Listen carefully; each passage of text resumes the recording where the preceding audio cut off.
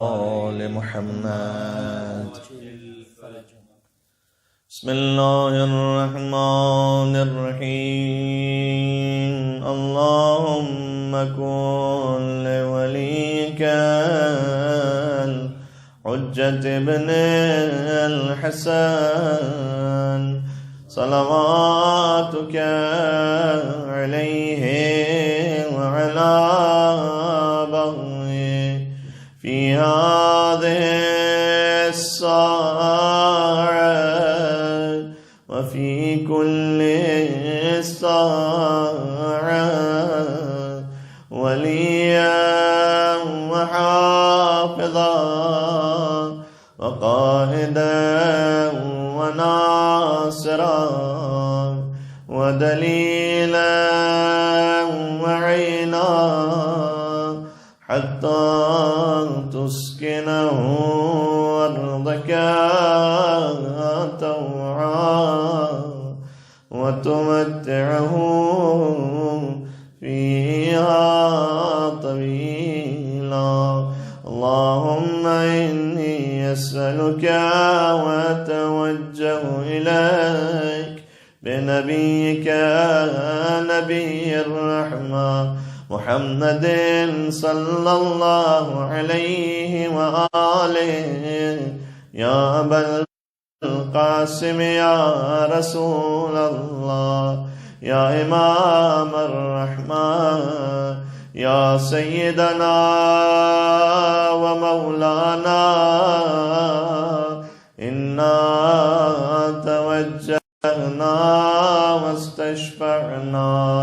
وتوسلنا بك إلى الله وقدمناك بين يدي حاجاتنا يا وجيها عند الله اشفع لنا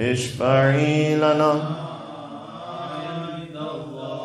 یا ابا محمد یا حسن ابن علی ایہا المجتبی یا ابن رسول اللہ یا حجت اللہ علی خلقہ یا سیدنا و مولانا انا توجہنا واستشفعنا وتوسلنا بك إلى الله وقدمناك بين يدي حاجاتنا يا وجيها عند الله اشفع لنا عند الله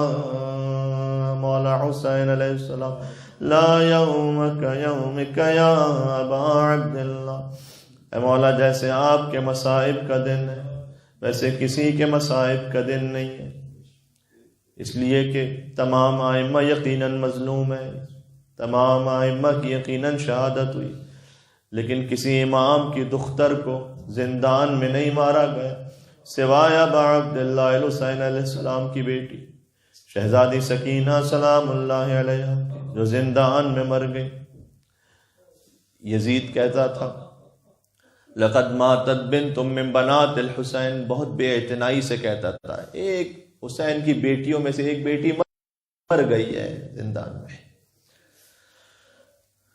وہ بیٹی کہ جو سوال کیا کرتی تھی کہ بھیا سجاد یہ پرندے کہاں جا رہے ہیں، اور امام سجاد علیہ السلام کہتے تھے صبح کا وقت ہے اپنے رزق کی تلاش میں جا رہے ہیں. جب شام کا وقت آتا تھا پھر وہ سوال کرتی تھی بھیا آپ یہ پرندے کہاں جا رہے ہیں، اور مولا جواب دیتے تھے شام کا وقت ہو چکا ہے اے سکینہ یہ اپنے گھروں کو واپس جا رہے ہیں. سکینہ ایک سوال کرتی ہے بھیا سجاد ہم اپنے گھر کب جائیں. سید الساجدین زین العابدین بیمار کربلا امام ہر ایک سے کہہ سکتے ہیں ایک دن آئے گا ہمیں رہائی نصیب ہوگی، ہمیں مدینہ جانا نصیب ہوگا، لیکن سکینہ سے نہیں کہہ سکتے کہ ہمیں رہائی نصیب ہوگی ہم مدینہ جائیں گے. کیوں نہیں کہہ سکتے؟ اس لیے کہ جانتے ہیں یہ وہ بچی ہیں جو زندان میں مر جائیں گی. اور سکینہ کا جب وقت آخر نام امام حسین کا وسیلہ ہے، اگر بیٹی کے مصائب پڑھ کر بابا کا وسیلہ پیش کیا جائے یقیناً ابا عبداللہ الحسین علیہ السلام قبول فرمائیں گے.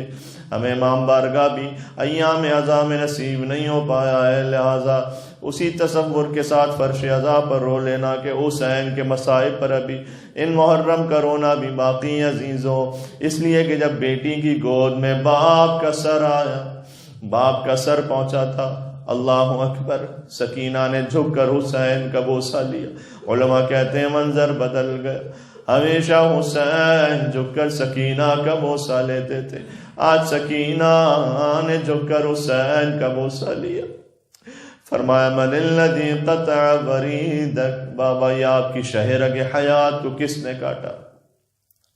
آپ کی داڑھی کو خون سے خضاب کس نے کیا، یا اللہ آپ پر یہ مصائب کس نے ڈھائے. اور پھر سکینہ خود اپنے رخساروں کی طرف